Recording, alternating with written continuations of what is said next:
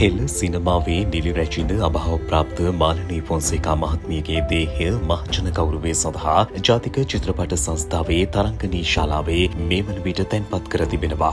දේහය අද සිට මහජන ගෞරවය සඳහා ජාතික චිත්‍රපට සංස්ථා පරිශ්‍රයේ තැන්පත් කර තැබෙන අතර හෙට දිනේ නිදහස් චතුරස්‍ර මන්දිරයේදීද මහජන ගෞරවය දැක්වීමට අවස්ථාව සලසා දී ඇති බව පවුලේ ඥාතීන් සඳහන් කළා.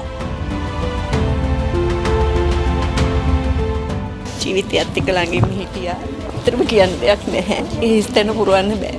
අපිට ලෝකයක් නැති වුණේ.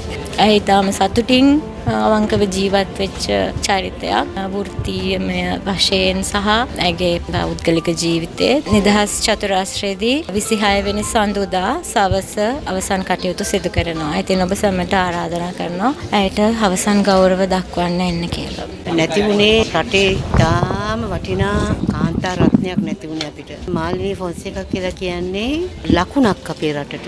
ඒක ආයි නැවත ලැබෙයිද ඉතින් අපිට කියන්න දන්නේ නැහැ. එතුමියට නිවන් සැපම ප්‍රාර්ථනා කරනවා. රටේ කරපු සේවයට සහ රටට කරපු ආලෝකයට.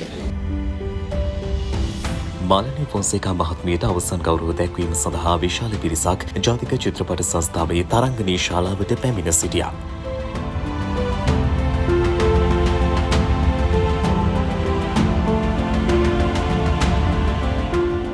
කලක් රෝගාතුරව සිටි මාලනී ෆොන්සේකා මහත්මිය ඊයේ අලුයම කොළඹ පෞද්ගලික රෝහලකදී අභාව ප්‍රාප්ත වුණේ.